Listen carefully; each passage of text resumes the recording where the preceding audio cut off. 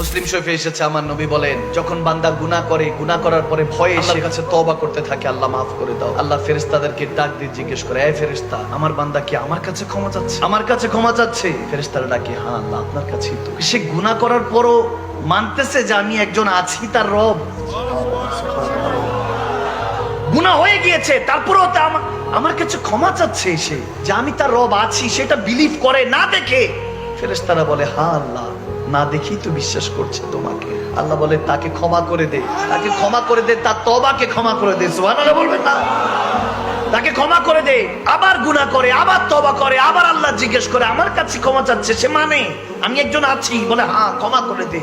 হাত তাকে এমন অবস্থা, আমার নবী বলেন যে আল্লাহর কাছে যখন ফেরেশতারা এভাবে বলতে থাকে যে আল্লাহ হ্যাঁ বারবার গুনাহ করে, বারবার তওবা করে, আল্লাহ বলে এক কাজ কর, সে গুনাহ করতে থাকবে, তওবা করতে থাকবে, তার বিশ্বাস যেহেতু আছে আমি আছি, যা যতবার গুনাহ করবে, যতবার তওবা করবে, তাকে মাফ করতে দিতে থাকবি। সুবহানাল্লাহ। তওবাতুন নাসুহা ওয়া তাওবাতুল ক্বাবলাল মাউত। মৃত্যুর আগে তওবার রাস্তা খোলা আছে বান্দা। এখনো কাফনের কাপড়টা দিয়ে মুখটা এখনো ঢাকেন নাই।